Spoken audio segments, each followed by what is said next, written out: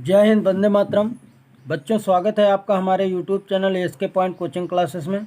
बच्चों, आज हम कक्षा 10 ठीक है, कक्षा 10 की गणित पढ़ाने वाले हैं, जिसका मैंने प्रश्नावली 13 का सवाल लिया है, जो कहता है 2 लंबवती बेलनों की ऊंचाई समान है यदि आधार की त्रिज्या का अनुपात 1:4 हो तो उनके आयतनों का अनुपात ज्ञात कीजिए। यह सवाल दिया हुआ है। ठीक बच्चों, दूसरा सवाल लिया मैंने कि 22 सेंटीमीटर और 18 सेंटीमीटर के आयताकार कागज़ को दो दो प्रकार से मोड़कर बेलन बनाया जाता है, तो इस प्रकार से बने दोनों बेलनों का आयतन ज्ञात कीजिए। इस प्रकार का सवाल दिया हुआ है। तो जिसे बच्चों पहला सवाल हम हल करते हैं, हम लोग ध्यान देते हैं यहाँ पे। ठीक है बच्चों, ये लिखा है 2 लंबवती बेलनों की ऊंचाई समान है, यानी मान लेंगे माना ठीक है, पहले बेलन की ऊंचाई, पहले बेलन की ऊंचाई बराबर h1। पहले बेलन की ऊंचाई h1 है। दूसरे बेलन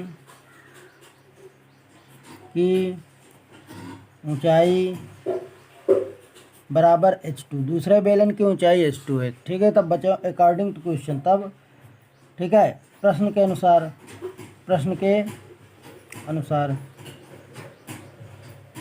अब प्रश्न क्या कहता है? प्रश्न कहता है बच्चों, कहता है कि 2 बेलनों की ऊंचाइयां समान है, यानी कि h1 ऊंचाइयां, 2 बेलनों की ऊंचाइयां समान, h1 बराबर है h2। ठीक है, यदि आधार की त्रिज्या का अनुपात, यानी कि और आधार की त्रिज्या यानी कि R1 अनुपात R2, यानी पहले बेलन की त्रिज्या R1, दूसरे बेलन की त्रिज्या R2 बराबर हो जाएगा 1:4।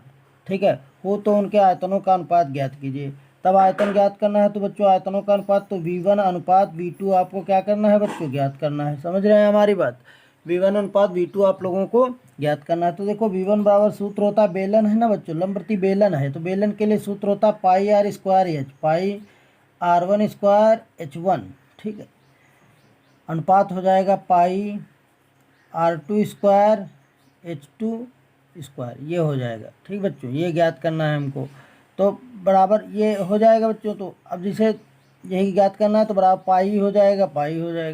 R1 का मान देखो बच्चों, R1 तो R1², ठीक है, h1 बटे πr2² h2। अब देखो बच्चों, चूंकि h1 बराबर है h2 के, यानी कि बराबर है, तो जहाँ पे h2 लिखा वहाँ पे h1 लिख सकते हैं, यानी V1 अनुपात V2 बराबर देखो पाई से पाई कैंसिल हो जाएगा बच्चों, तो हमारा हो जाएगा R1, ठीक है, R1² बटे R2², ठीक है, गुणे h1 बटे यहाँ पे गुणे, इसकी जगह पे भी h1 लिख सकते हैं क्योंकि ऊंचाई समान है। ठीक है बच्चों, अब h1 से h1 कैंसिल हो गया, तो हमारा बच्चा V1 अनुपात V2 बराबर, ठीक है, R1² बटे R2², ठीक है, R2², तो V1 अनुपात V2 बराबर, ठीक है बच्चों, R1 आपका कितना दिया? R1 दिया है, R1 अनुपात यानी कि R1 बटे R2 का हम होल ऑफ स्क्वायर कर सकते हैं, क्योंकि दोनों का वर्ग है ना बच्चों, तो कर देंगे। तो V1 अनुपात V2 बराबर हो जाएगा, R1 कितना है देखो बच्चों, 1 अनुपात, यानी कि R1 बाई R2 दिया है तुमको 1:4, यहाँ से देखिए, तो यहाँ लिख सकते हैं 1/4 का होल ऑफ स्क्वायर। तो होल ऑफ स्क्वायर मतलब 1 का भी वर्ग और 4 का भी वर्ग, तो V1 अनुपात V2 बराबर, ठीक है बच्चों, V1 अनुपात V2 बराबर हो जाएगा हमारा 1 का वर्ग हो जाएगा, तो 4 इसका भी वर्ग हो जाएगा बच्चों, इसका भी वर्ग हो जाएगा। तो अब यहाँ पे हो जाएगा हमारा V1 अनुपात V2 बराबर हो जाएगा, देखो 1 का वर्ग हो जाएगा तो 1 करना 1 हो जाएगा, बटे 4 है तो 4 का वर्ग मतलब 2 बार गुणे में लिखना, वर्ग का मतलब है जिसकी जितनी घात उतने बार गुणे में लिखना।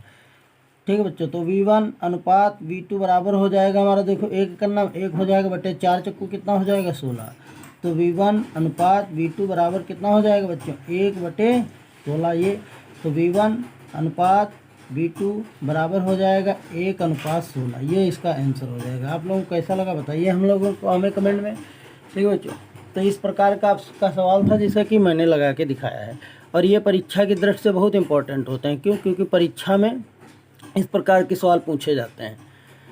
ठीक है बच्चों, विकल्पी में आ सकता है, ठीक है, कैसे भी आ सकता है ये सवाल, ठीक है, समझ रहे हैं। अगला है बच्चों सवाल इसी का, जैसे दूसरा दिया है प्रश्न नंबर 22, मतलब अलग एक लिए हम, तो उसको भी देख सकते हैं आप लोग, देख सकते हैं बच्चों। ये लिखा है कि 22 सेंटीमीटर त्रिज्या और 22 सेंटीमीटर लंबाई है, 18 सेंटीमीटर चौड़ाई है, आयताकार कागज़। तो बना लेते हैं बच्चों, इसके भी हम दो पार्ट कर लेते हैं, दो पार्टों में इसको लगाना है। तो यानी कि कागज़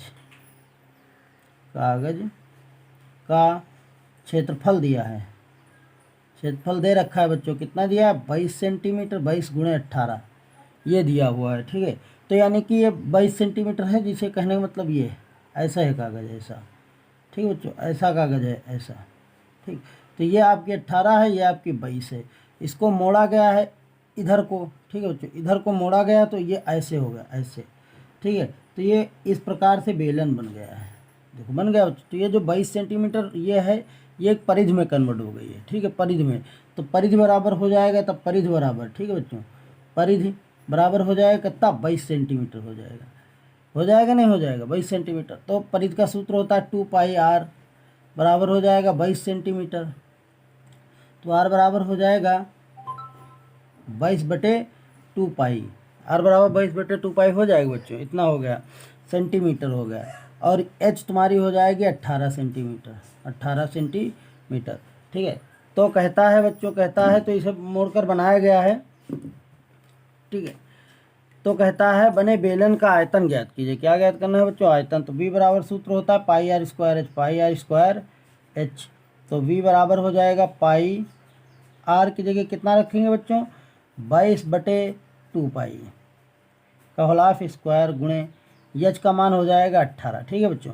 तो v बराबर हो जाएगा पाई गुणे 22/2π, ठीक है, गुणे 22/2π गुणे 18। देखो बच्चों, जिसकी जितने घात है उस संख्या को उतने बार गुणे में लिखेंगे, ये रूल होता है। पाई से पाई कैंसिल कर दिया, 2 गिरई हम 22 हो गया, 2 एक नम 2, 2 गिरई हम 22 हो गया, ठीक है बच्चों। तो b बराबर हमारा हो गया बच्चों कितना 11, 11 यहाँ बचा ना, 11 गिरई हम 121, यानी 11 गुणे 11 गुणे 18 बटे पाई, ठीक है, पाई बचा है यहाँ पे। पाई का मान 22/7 होता है चूँकि, ठीक है। पाई बराबर होता है बच्चों 22/7, 22/7। तो यहाँ पे 22/7 लिख देंगे, तो v बराबर हो जाएगा 11, 11 गिरे हम 121, ठीक है, 121 हो जाएगा, 121 हो जाएगा, गुणे 18 हो जाएगा, बटे हो जाएगा 22, बटे हो जाएगा कितना बच्चों 7। तो बटे बटा ऊपर गुणे में चला जाएगा, तो v बराबर हमारा हो जाएगा, देखो 11 गिरे हम 121 और 11 दूना 22, ठीक है, 2 एक नम 2, 2 9 18, ठीक। तो हो जाएगा 11 गुणे 8 गुणे हो जाएगा 7, इतना आ जाएगा बच्चों, ठीक है। अब इसकी गुणा कर देंगे हम, इतना हो गया, ठीक है। अब इसकी गुणा करेंगे, ठीक है। तो 11 8 88, v बराबर कितना हो जाएगा 88 हो जाएगा, गुणे हो जाएगा 7, 7 8 56 के 6 80 लाए 5, ठीक है, 7 8 56 और 4 60 1 61, यानी कि 600, v बराबर 616 सेंटीमीटर क्यूब। ये इसका एक आंसर हो जाएगा, ठीक है बच्चों, इसका एक आंसर आएगा 616 सेंटीमीटर क्यूब, जैसा कि देख सकते हैं, ठीक है। एक आंसर आ गया इसका 616 सेंटीमीटर क्यूब, ठीक है। ये अब आगे देखते हैं बच्चों, इसके दूसरी शर्त भी अभी बाकी है, ठीक है, उसको हम लोग लगाते हैं।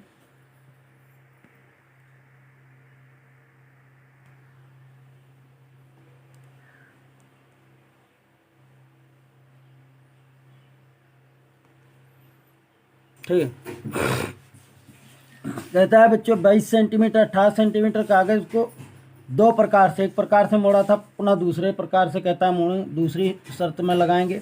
तो दूसरे प्रकार से ये जैसे मान लीजिए ऐसा कागज़ था,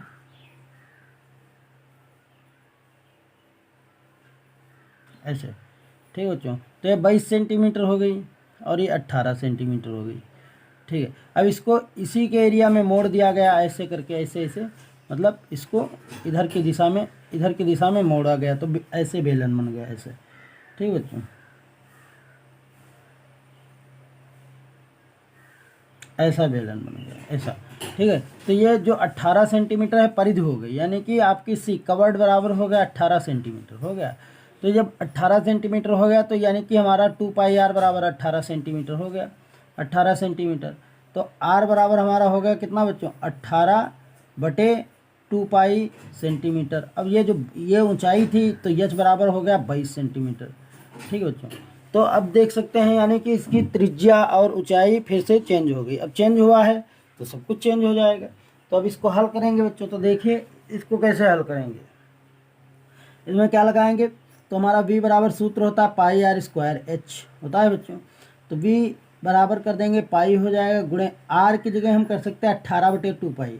तो r 18/2π का वर्ग हो जाएगा गुणे h का मान हो जाएगा 22। कर लिए बच्चों। अब देखो v बराबर हो जाएगा हमारा पाई गुणे r का 18/2π गुणे 18/2π, ठीक है, गुणे 22, ये हो जाएगा बच्चों।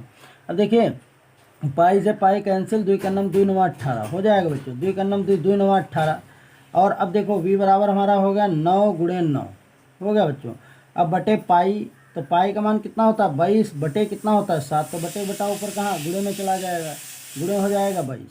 तो v बराबर हो जाएगा बच्चों हमारा 9 गुणे 9 हो जाएगा, गुणे ऊपर 7 और गुणे हो जाएगा 22 और बटे हो जाएगा 7, ठीक है, बटे हो जाएगा।